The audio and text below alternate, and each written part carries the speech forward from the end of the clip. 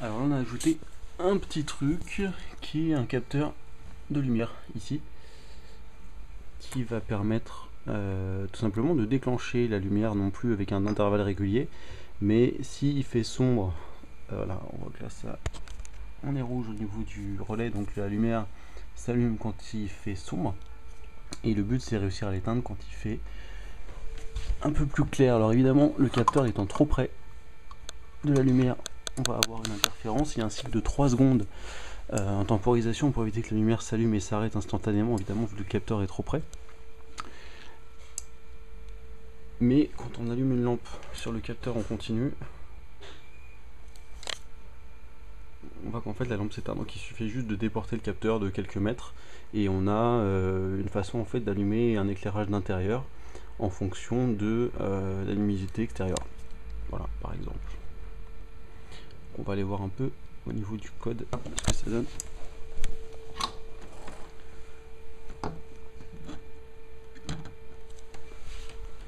On a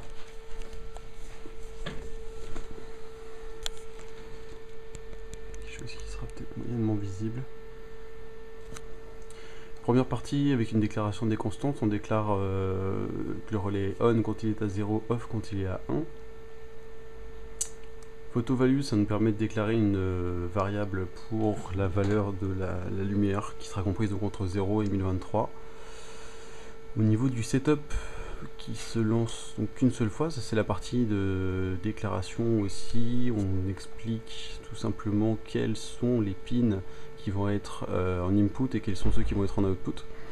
Il y a un tout petit truc ici qui est en fait d'inverser dans un premier temps le relais qui doit être en output mais qu'on met en input au tout début parce que ça permet d'avoir une petite consigne de sécurité supplémentaire qui fait qu'on évite de se retrouver au reset avec ou au démarrage de l'Arduino avec un relais qui est on, qui peut poser des soucis.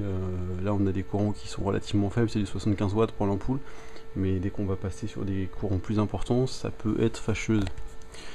Donc voilà, on démarre avec un relais qui est complètement off pour de vrai et ensuite on le déclare en output, donc là il va passer on. Au niveau de la boucle principale, on va avoir donc là tout simplement une lecture analogique du capteur.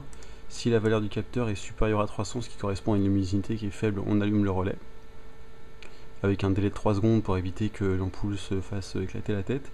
Et autrement, donc si la lumière est plus évidemment élevée, on est à off.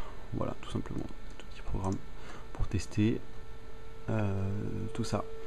Donc la seule petite contrainte qu'il y a avec les relais et qui est fâcheuse, c'est que le relais en fait a toujours une perte de courant, un petit leak qui fait que si on veut changer une ampoule par exemple qui est alimentée par un relais, l'ampoule n'est jamais neutre. On a toujours un courant de 30 ou 40 mA, ce qui est suffisant pour rester collé.